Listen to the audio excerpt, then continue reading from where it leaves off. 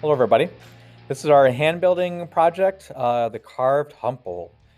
In this one, we are going to be taking a plaster mold as a way of creating our form that you'll be making this large slab from our slab roller. You drape it over top of this, or depending on the technique that we end up doing that year, you just use that mold as kind of your way of shaping your clay. Once that mold is on there, we'll have to make some feet for there. So I'll show you how to do that in this project, and that's just kind of the beginning part of this one. Because a lot of times with the pottery part, we'll focus more on the form. This one, form's important, but it's the decorative side of this that we need to kind of focus on. Because once you have that form, we'll take it off, we flip it over, and then you start carving a design out of that center piece, and use something called underglazes to be able to kind of color it. So we'll get into that later. But right now, I just want to kind of talk about when you add designs and you carve into them. I do want this to kind of tell a story in a sense. Whether it's personal, whether it's fictional or non-fictional. It kind of depends on how you want to kind of run with it. So that's why I want you to watch this video called Geographic Journey. Flo Yepa tells a story of her pottery. The piece she talks about is more of her husband's in this case, but it really gets into her culture and how symbolizations kind of play a huge part in her pottery and her husband's pottery, and it can be very abstract. But as she discusses it and talks about it, you can see kind of the depth, that it kind of gets into it. The next one down here is just a demonstration in terms of how another school district kind of does theirs. I'll have a demonstration for ours as well, but they're pretty similar.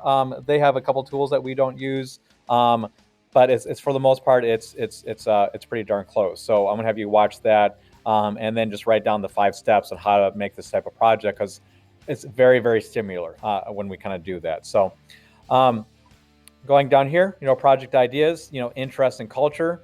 We got to fill this part out. So thinking about the world around you, your own interests, develop 2 separate ideas. So we're going to kind of brainstorm. So think of world events, that are going on, whether it's, it says world event, but I guess it can be kind of local, or you could even kind of think of the Wisconsin, if you know that there's anything going in Wisconsin, or even in the United States. But you can kind of think of something beyond just what we have a lot of influence on, if that makes any sense. Think about family events that you might be a part of, or you might celebrate, and how that could play a role in here. Maybe Christmas is real important to you. Maybe maybe there's another holiday like Halloween that you guys really get into. So some kind of a family event, and it could even be like a reunion.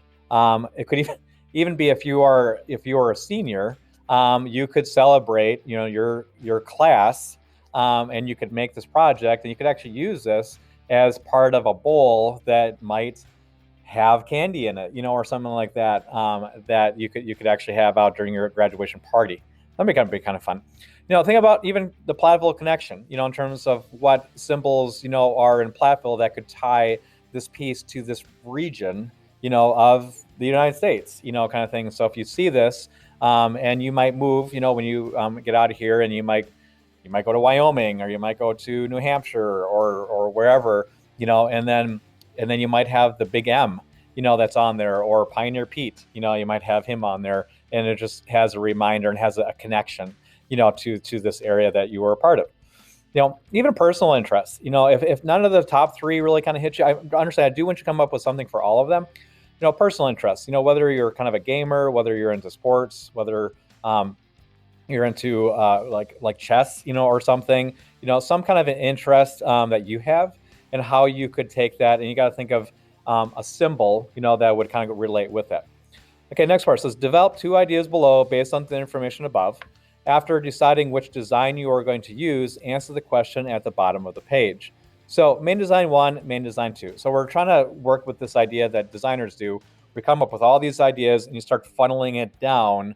We're not quite down to that final one, you hopefully have two competing thoughts on how you could do this, and either write out or sketch your design ideas that are on there. Okay. When you start getting into this part, understanding your medium is important. You can't get real extreme detail with this. You got to think of this as like a coloring page. You're going to create these lines that will be black, and then you're going to apply a glaze inside those sections.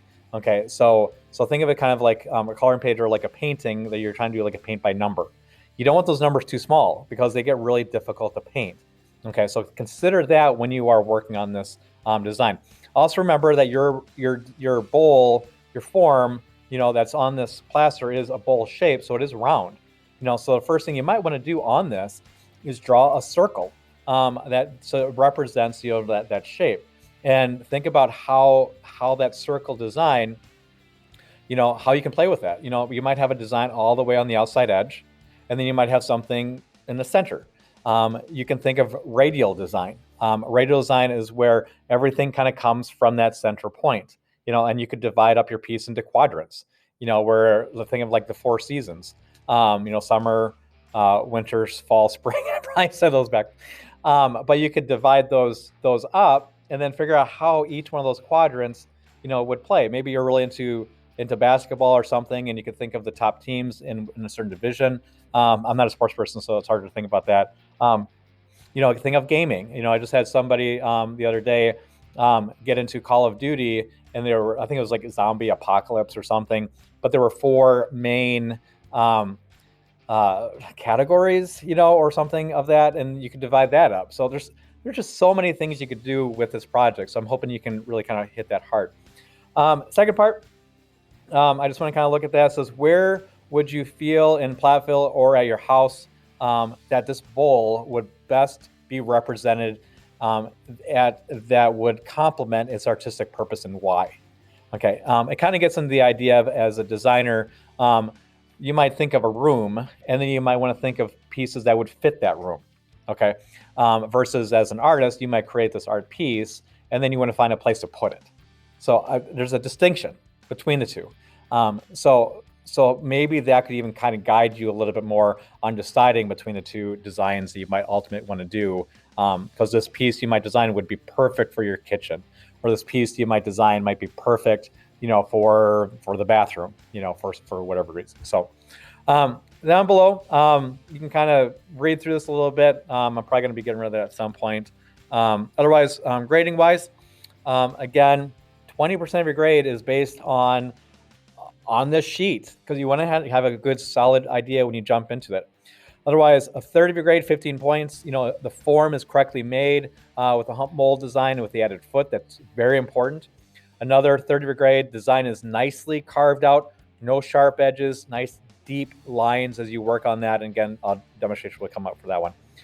The underglaze is cleanly applied and was thick enough to get a good color. And with that one is, a lot of times you might have to put 2 or 3 coats, of this underglaze on to get that solid white, or get that solid yellow, so you don't have this brush stroke look on there as you kind of work on it. Other than that, jump back up here, just try to get some inspiration, try to get some ideas going, and I'll be around to help you if you have any questions. Otherwise, good luck on the project. Thanks.